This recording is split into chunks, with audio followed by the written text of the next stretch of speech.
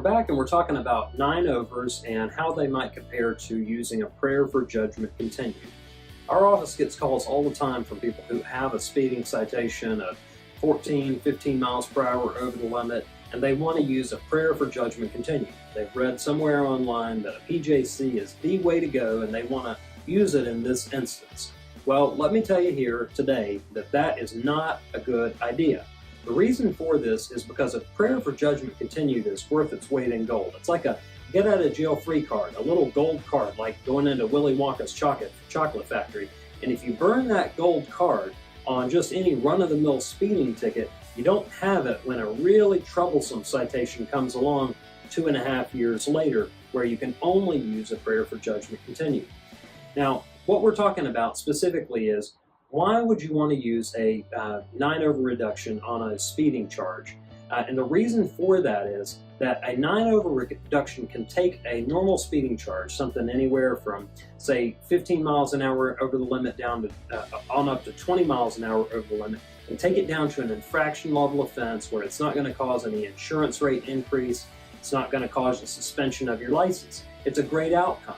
Now, of course, a PJC would have a beneficial outcome as well. It would prevent a suspension, it would prevent insurance rate increase, and would also prevent any license points from being accrued from that speeding citation. But it can also be used in a number of other circumstances, such as a charge for careless and reckless driving, failure to stop at a stop sign, failure to stop at a stoplight, failure to yield. Any number of moving violations can be resolved with a prayer for judgment continued. And if you get a ticket like that and you've used your prayer for judgment to take care of a 14 miles per hour over the limit speeding charge, you're going to be up the creek without a paddle.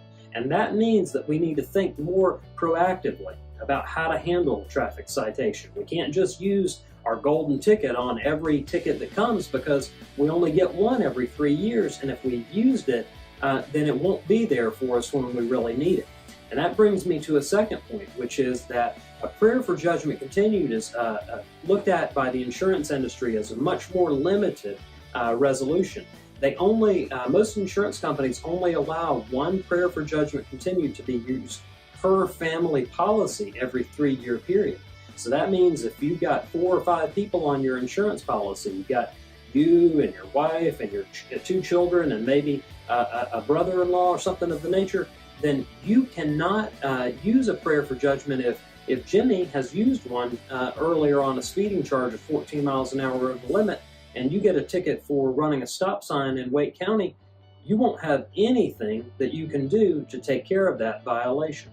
So when thinking about using a prayer for judgment continued versus a 9-over reduction, we have to just remember that we need to think long-term, we need to think proactively. We don't want to use a prayer for judgment in an instance when a 9-over reduction would do, because we want to save that PJC for a rainy day.